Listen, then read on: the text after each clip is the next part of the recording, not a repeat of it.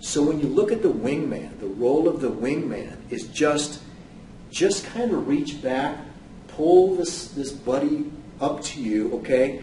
And don't be like the mother hen or the instructor. Don't say, okay, now do that, do that. Just have him watch you. Make sure that he is watching you, and just include him in whatever you do. Don't worry about it. Just include him, okay? But make sure he's paying attention.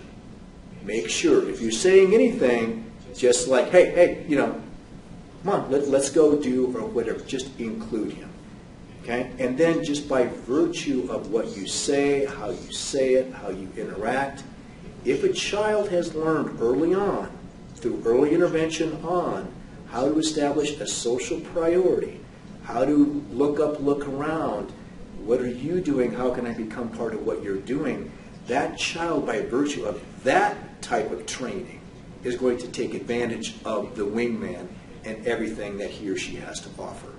Okay? So you don't have to break it down into isolated skills and be the little instructor. Okay? That's not only less effective, but you're not going to keep a wingman for very long if they feel like they have to be on stage all the time being the instructor. Okay? That kind of thing. So when we talked about earlier, like let's just say, again, it's the four of us here. And again, Charlie, Tammy, actually, you're the mentor. You're the wingman. Okay, Charlie, you're the one with ASD. So we're together doing this activity, okay? And wingman, okay, just don't need to like be on stage, just watch. We're going to have you do the same thing that we're asking Charlie to do. Charlie has autism. Tammy, we're asking you to do the same thing. Look up, look around. What am I doing? How can you become part of what I'm doing? Okay? And then when I'm done and you're, whatever this activity is, and you're responding and you're interacting with according to my agenda, now Kim, you become, again, the coach. Now we're all interacting with you according to your agenda, okay? Now, the only thing you have to do, Tammy, as the wingman, is what? Is watch Kim, who's watched me. Now it's your turn. You don't have to come up with this. You can go, oh, okay, I get that. I can do that. I'm confident in doing that. Now Charlie watches you, who's watched me, watched Kim, who's watched me, that kind of thing. And so that by virtue of being in this group, the wingman starting out as a group member and understanding how to look up, look around, take leads from us two, we two, or as adults, now you just follow through, and Charlie, then we're going to break off, and it's you two going off doing what you can do. Go apply this. This is what's called soccer practice, soccer game. So in other words, soccer practice, soccer game, you think about, like the analogy that I use is a good coach, a good soccer coach, will, the first soccer game of the season is what it is. Some good stuff, some like not so good stuff, right? So a good soccer coach then will take the next Monday through Friday in their soccer practice and start to work on game day scenarios that didn't go so well, kind of practice and rehearse those so that when the kids get to the next game, game 2 of the season, they're going to be that much better. Why? Because they've been there, done that, and seen it. We've practiced on it. Most of the teams who win have a game plan. Those who don't are the ones who you just kind of throw out there and say, play soccer. And so soccer practice, soccer game means not scripting, not like you say this and you stand there and you do this, but begin to take like a social event, whatever is in school, take part of that social event and practice and rehearse it ahead of time, okay? Not in a scripted way, but a general thematic way. And then you two are left to apply soccer game, that soccer game, what you've learned Monday through Friday, but then also Charlie, you have the added benefit of not playing soccer by yourself, but you have a teammate, you have a wingman who's also been part of this soccer practice, soccer game. And then Tammy, you have confidence to say, oh yeah, I'm just going to apply what we did earlier in the week with all four of us. Okay? That's where I think we go wrong when we talk about peer-mediated intervention. We assume our peers know what to do. Just by putting them together, our kids are going to be like, I don't know. And then what that happens is they become overly directive too. They become like little mini adults. And they're telling Charlie, come on, Charlie, stay here. Come on, Charlie, And then you're just going, oh, you're way too much energy for me, and you're just telling me what to do, the same as my teacher. So it's not all that motivating to be with you either. But Tammy, if you have confidence by having practiced and rehearsed, now you're like, oh yeah, you and I together are doing this thing together, which is more of a confidence builder. And so I think that's part of the wingman kind of an approach. When you look at a good coach, good coaches know they can't get on the field. And you can have a soccer player who really knows how to kick and dribble and block and all that, pass and all that kind of stuff, but they still don't know how to play soccer. So they still don't know how to play the game. And so when you say, okay, I've taught all these isolated kicking or skills, or now in our case, words or pragmatic functions or intentions and all that kind of stuff, they still don't know what to do with it because they don't have any context. They don't have any reference points. They don't know where to put all this and how to use it. So then we're in there again saying, oh, okay, you're not really at this point worldly enough to understand how to play soccer or how to engage in a social group. So by default then, the teacher is jumping in and telling them what to say, things of this nature.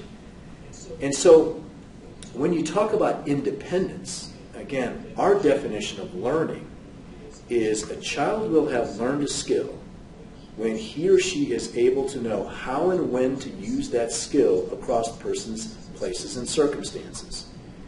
So when you work on independence as your measure of success, that guides how you teach kids. That guides your goal selection.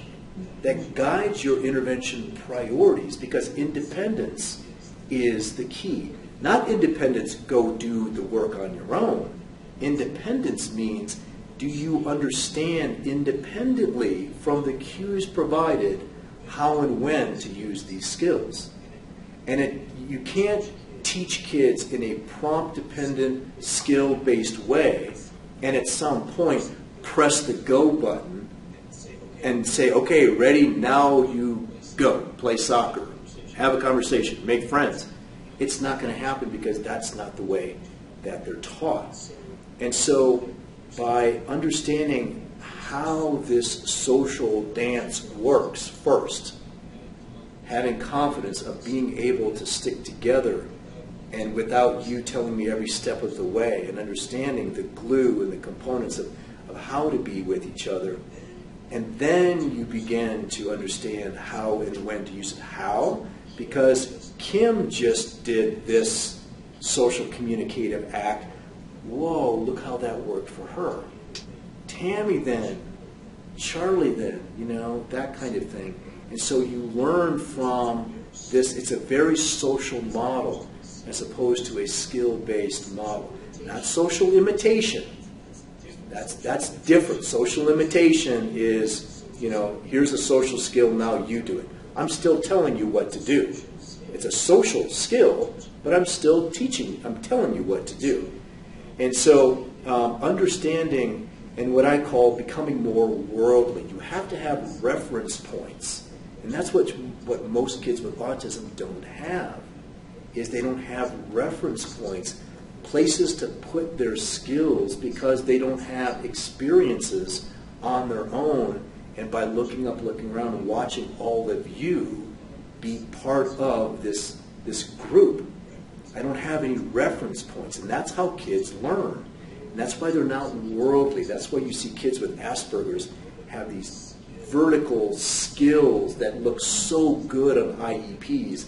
Look how many things we've taught them, but still they walk out of the therapy room and they're no better than what they've started. And so by providing the context for learning, by teaching kids to look up and look around, taking advantage of that context, that's where the true learning comes in, how to apply the skills that you're modeling and demonstrating to them. Okay? You look at their eyes to know how much they're processing.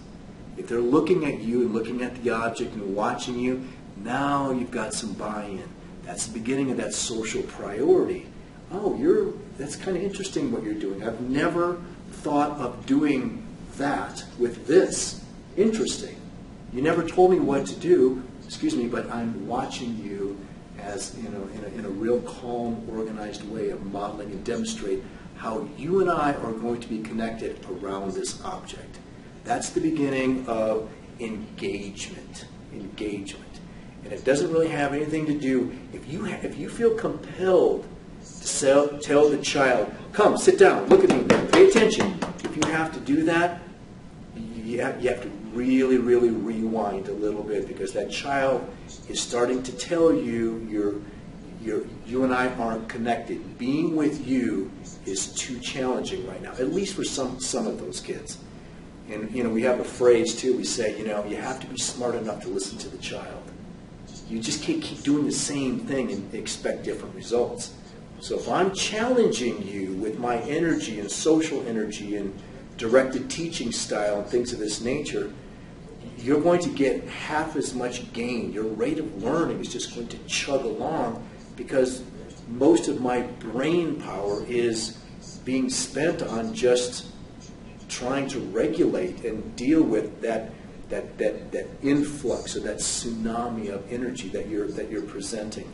And that's why sometimes when I do workshops, I'll get calls from people who've done workshops a couple years later, and they're like, Pat, I'm still not talking to the kids. I'm like, no, that's not what I meant. No, I didn't mean that.